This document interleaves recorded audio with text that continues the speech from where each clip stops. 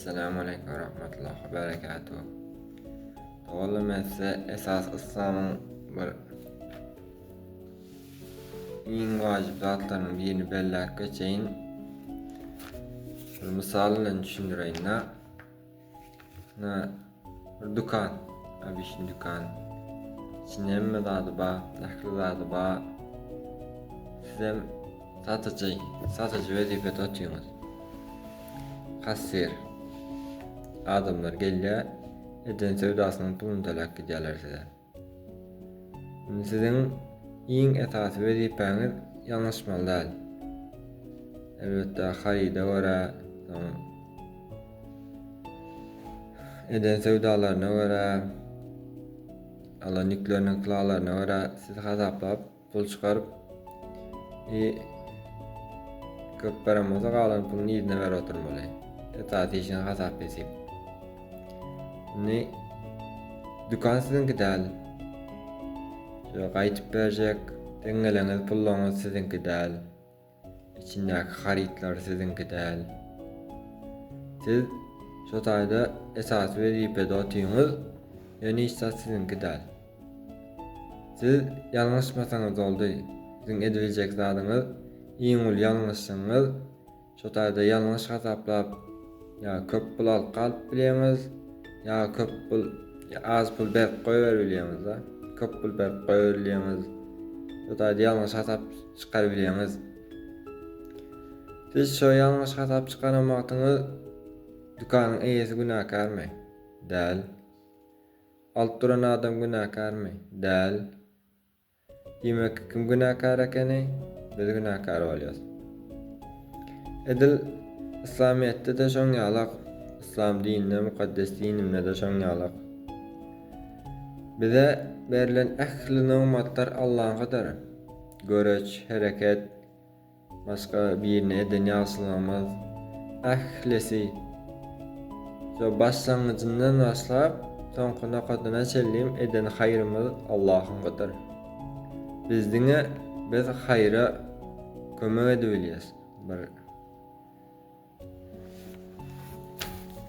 Sağ için şu ruçka olsa biz diňeşiň şolary alak bir bölegini emele getirbilýäs. O bu jagaz bölek bilen ruçka bolup durana, ruçkany şu jagaz bölek emele getirene biz edilen şu ýaslyga bir öz goşandymyzy goşup bilýäs.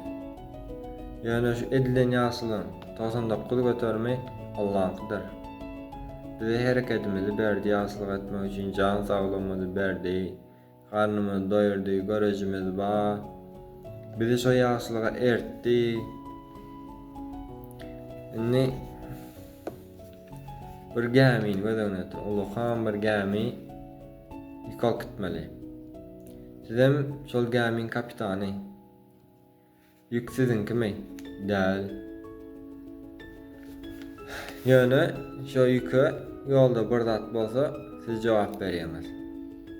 Jogap berýär, aslynda jogap berýär. Siz ediljek ýalňyşyňyz şo ýükü ýa başga ýere ertip bilýäňiz, ýa gämini agdar bilýäňiz, şoň ýaly edip ýükü daýyla bilýäňiz. Elbetde şo ýükü daýylasaňyzam günäsi size galýar. İslamiyetde de şoň ýalakdyr.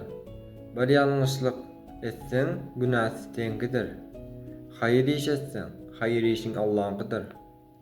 Allah sen şo haýyr işe goşanyň üçin sana öz bereketinden berýär, öz nurundan berýär, öz jennetinden berýär, öz mahirinden berýär.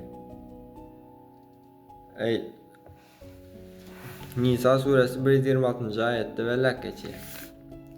Veli Allahi ma fis semawati ve ma fil ardi ve kana Allahu bi kulli şeyin muhita.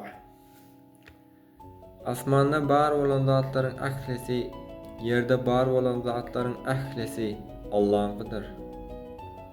Allah Taala hemme zady uşatandyr diýip belli.